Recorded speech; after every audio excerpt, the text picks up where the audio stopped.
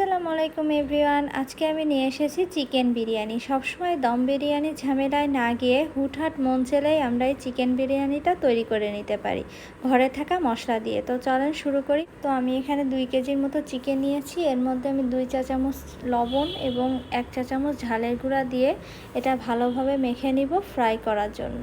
এরপর আমি একটি পাত্রে তেল দিয়ে নিব এবং পেঁয়াজ বেরেস্তা করে নেব।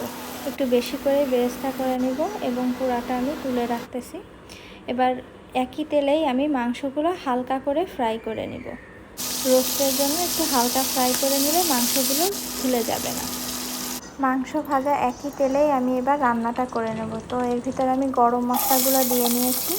এর ভিতরে আমি পেঁয়াজ দিয়ে দিচ্ছি এবং পেঁয়াজ বাটা, রসুন বাটা, আদা বাটা সব কিছু আমি 1 টেবিল চামচের মতো করে দিয়ে নিয়েছি। এবার আমি লবণ দিয়ে নিচ্ছি 1/2 চা চামচ, ধনিয়া গুঁড়া 1 চা চামচ, ঝালের গুঁড়া 1 চা চামচ দিয়ে এবার আমি টক দই দিয়ে দিব 1 কাপের মতো।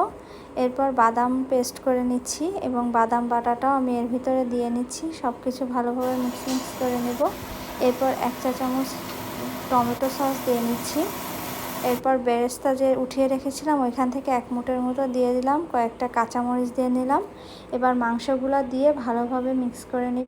আরও 1/2 চা চামচ লবণ দিয়ে নিচ্ছি, লবণটা কম মনে হচ্ছিলো। এবার আমি দুধ গরম করে রেখেছিলাম, ওখান থেকে 1 কাপ দুধ দিয়ে দিচ্ছি।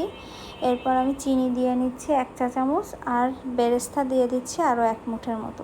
এরপর আমার চিকেনটা রান্না করা হয়ে গেছে। এবার আমি চিকেনগুলো সব একটি বাটিতে তুলে নিচ্ছি। কিছু মশলা তেল আছে এখানে, এর ভিতরে আমি চালটা ভেজে নিব।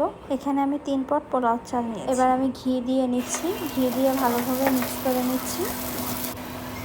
এবার কয়েকটা কাঁচামরিচ দিয়ে এবার পোলাওটা সিদ্ধ হওয়ার জন্য আমি দুধ দিয়ে নিচ্ছি এবং ঢেকে দিচ্ছি। পোলাওর পানি কমে আসলে আমি একটি তাওয়ার উপরে এটি বসিয়ে দেবো।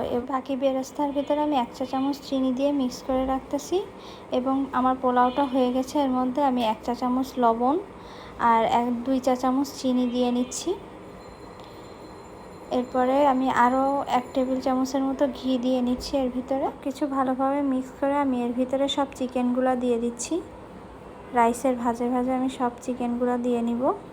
সুন্দর করে সব সেট করা হয়ে গেলে আমি এর মধ্যে কিছু কাঁচামরিচ এবং বাকি পেঁয়াজ বেরেস্তাগুলো দিয়ে দমে দিয়ে দেব।